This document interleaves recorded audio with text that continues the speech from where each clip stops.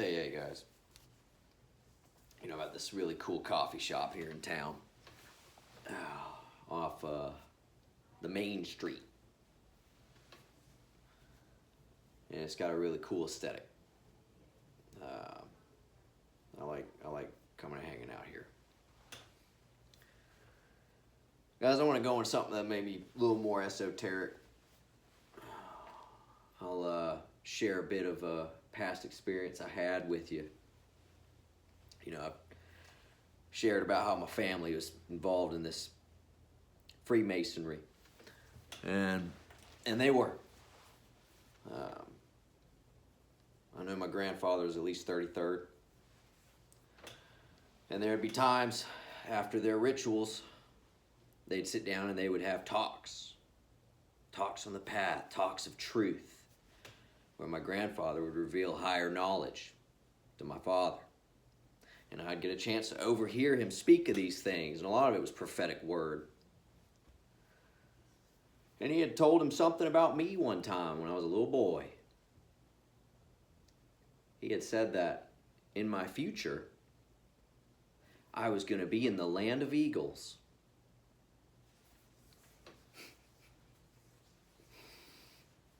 He also said, he said a lot of things that oddly happened. And I bring up the land of eagles because where I live, there's a big college here. And the mascot for the school is an eagle. You see them all over the place in this town. I'm in the land of eagles.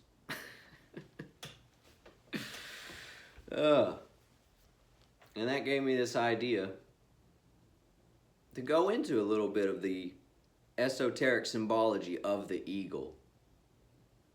In fact, I'll even move my head a little bit to this chair sitting behind me. It's a little eagle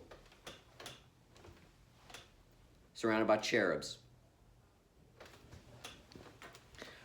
Guys, in the Scottish Rite of Freemasonry, the symbol is a two-headed bird, a two-headed eagle.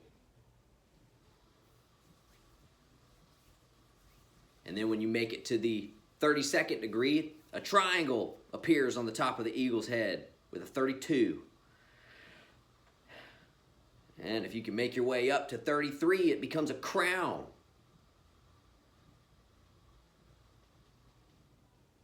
And I've already expressed and shared that once you get past 33rd degree, they really don't have names anymore. And it goes on to more esoteric, more mysteries. And indeed, there is way more past 33. I would say 33 is kind of the prerequisite. But why the eagle? Why the big bird of prey? Well, the eagle has a higher perspective. It has a sharp eye. This majestic bird can see its prey from hundreds of feet in the air. It can find a small mouse circling high above the sky.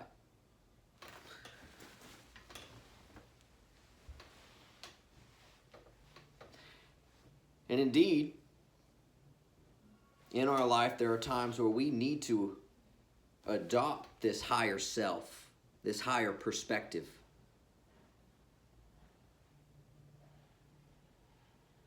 If you just stay on the ground level, you can only see so much. Have you ever been in an airplane? It's quite a fun experience.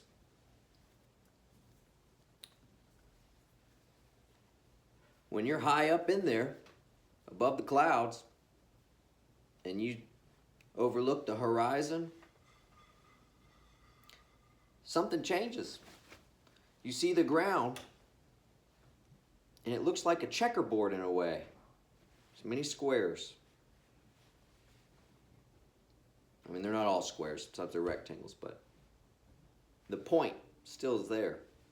When you get to the higher perspective, when you elevate your consciousness, you see things in a different light. Now, I'm giving you just very boiled down versions of this esoteric truth. The rest you'll have to tread on the path yourself.